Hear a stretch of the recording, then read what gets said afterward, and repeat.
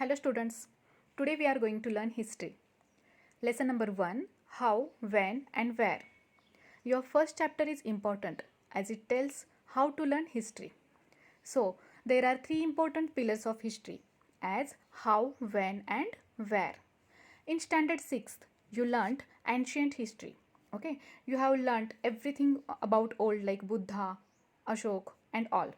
And in standard 7th, you learnt medieval time. That medieval time period explains like Mughal Sultanate, Delhi Sultanate and Maratha. You had learnt all these kingdoms. You may have heard students says history is boring subject. Do you know why they were thinking like it's a boring subject? Because it is old and nothing is new and relevant to you. But in standard 8th, you will get deep interest in history as it is relates to you and it tells you about the recent past as when British came in India, how they ruled and when they went. History certainly plays a crucial role in our life as it tells us and gives knowledge about past and present. How things have changed today. Along with it, it compares the past and present as before and after. Okay, let's take example of you and your mobile. Today you are using mobile and getting education, searching some information whatever you want. Okay, so now just go back and think about your great grandfather. Were they using mobile and laptops for education or getting information? Sending messages? Your answer will be no. Okay, so what we did here, we have compared two times of periods.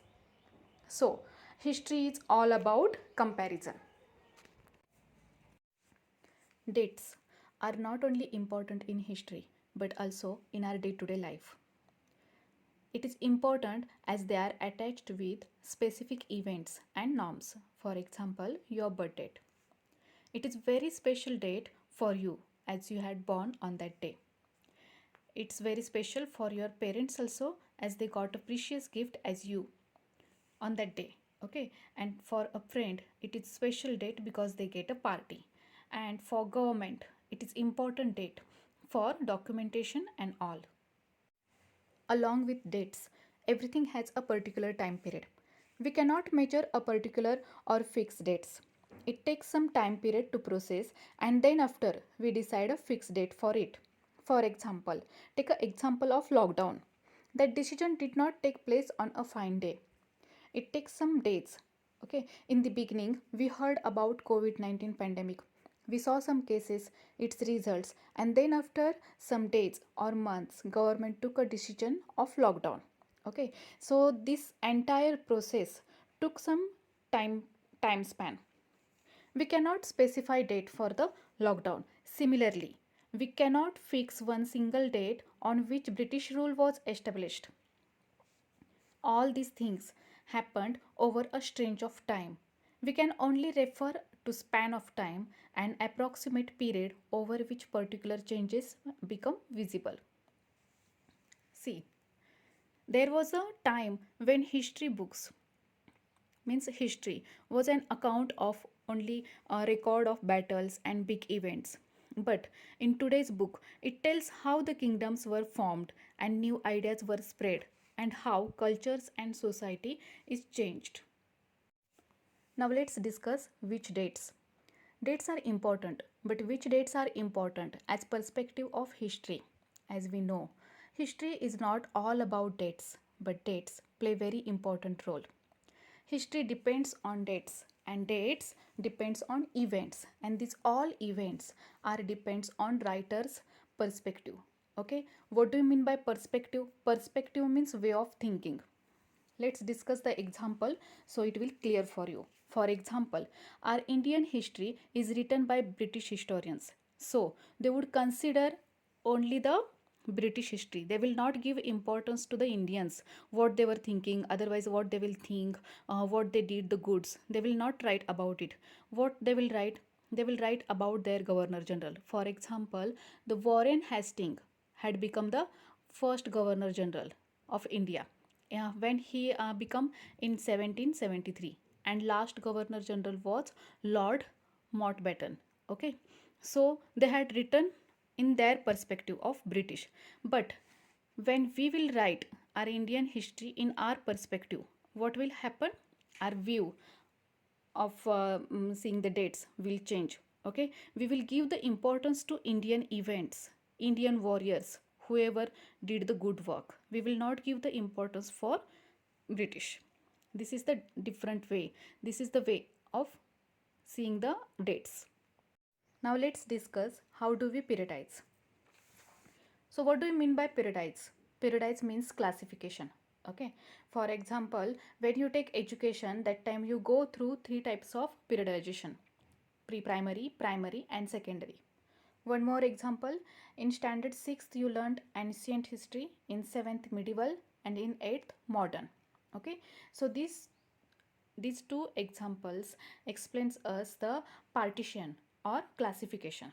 So in 1817, James Mill, he was a Scottish economist and political philosopher. He classified or periodized history in three parts. Which are these three parts? Hindu, Muslim, and British. Also, he published a book. The name of the book is The History of British India. In the beginning, his periodization was widely accepted by people, but afterwards they come to know he had written the book. That in that book he had shown the negative image of Indians and he glorified the British. He wrote in the book like the peoples of India are superstitious, they are not active, they are not rich, they are poor. Okay, but actually the British were poor and they had come here to do the trade in India. James thought that all Asian societies were at a lower level of civilization than the Europe. Okay, so peoples are in caste taboos, superstitious, so it's necessary to introduce the European manners, arts, institution, and laws to the Indians. And for India was not capable of progress without a British help. In reality, Indians were very rich. Okay, so James Mill, whatever he had written in his perspective. Now let's discuss the important question of problems in the periodization about James Mill. Just we learned how the James Mill had divided the history in three parts. Okay, so the James Mill divides history on religious ground. Which ground it is? Hindu, Muslim, and British. And it is not true and justified because variety of faith exists simultaneously. And see the people. For example, Hindu and Muslim is there. So both are different religions, different religious people. They work on a same place, they live together, so it is very problematic and unsafe for them. Second point, if we move to the British classification, historians have usually divided Indian history into ancient, medieval, and modern, and they had forced us to accept the modern history. See, the modern time. In the modern science, reason, democracy, liberty, and equality is there. It's included in that. But the reality was, under the British rule, people did not have equality, freedom, and liberty, nor was the period of economic growth and progress. Peoples were really in a grief, and many historians therefore refer to this period as a colonial period. So let's discuss what is colonial. British came in India, they conquered local Nawabs and Rajas and established their rules. They hoisted their flag and they started subjugations of local. Okay, what do you mean by subjugation? Subjugation means to force them. They force Indians to listen. Also control over our economies, economical society, and brought the changes in values, in taste, custom, and practices. For example, today we are using the all whatever clothes. Today it has changed, that fooding style and rituals, everything has been changed.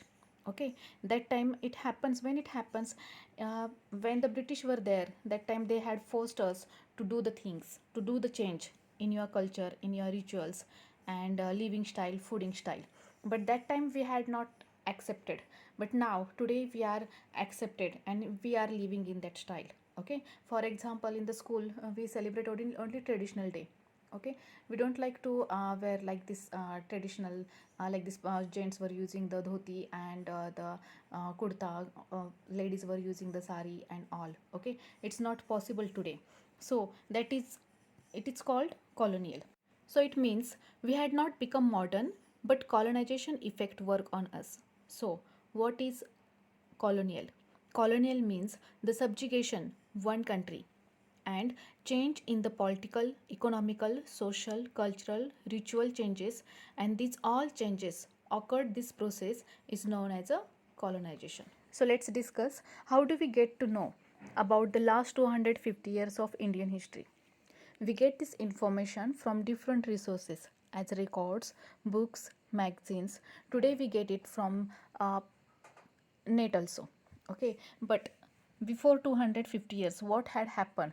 Where did we get the record? Okay, we need some records or evidence to write a history, and we get it from official records of the British administration. The British believed that the act of writing was important. Okay, and they used to write instructions, plan, policies, decisions, agreement, investigation, and had to be clearly written up.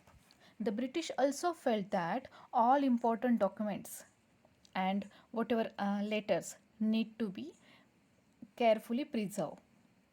As today you are keeping record of each and every subject, like whatever subject you are learning, keeping record and you are maintaining.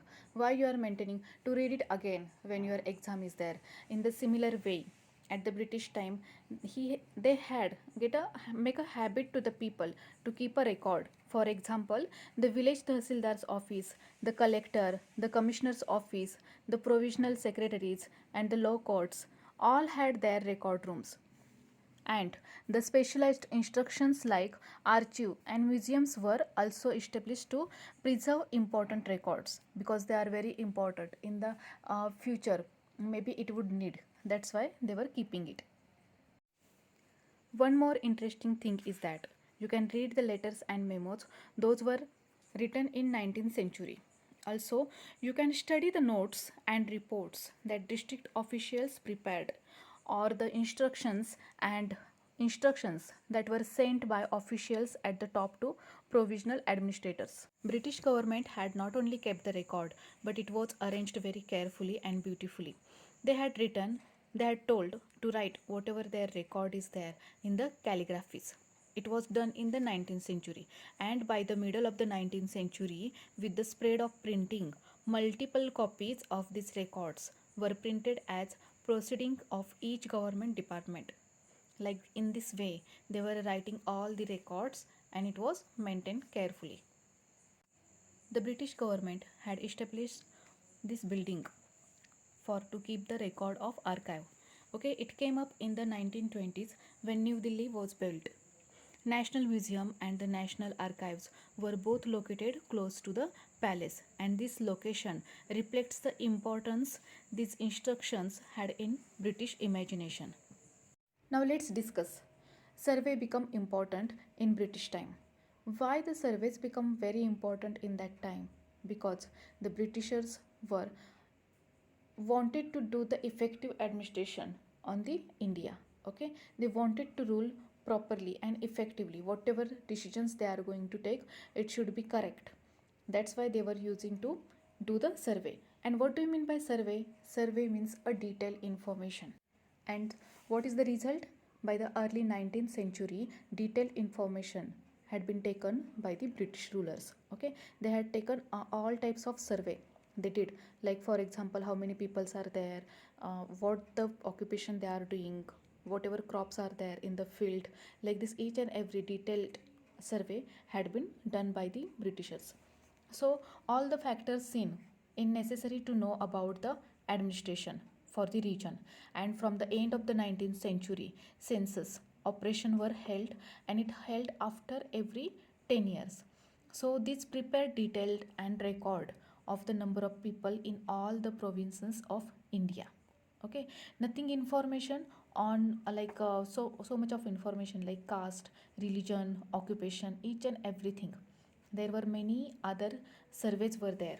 Okay, for example, botanical survey. It means it related to the plants, crops and all. And second one is a zoological survey. It's related to animals. And archaeological means what?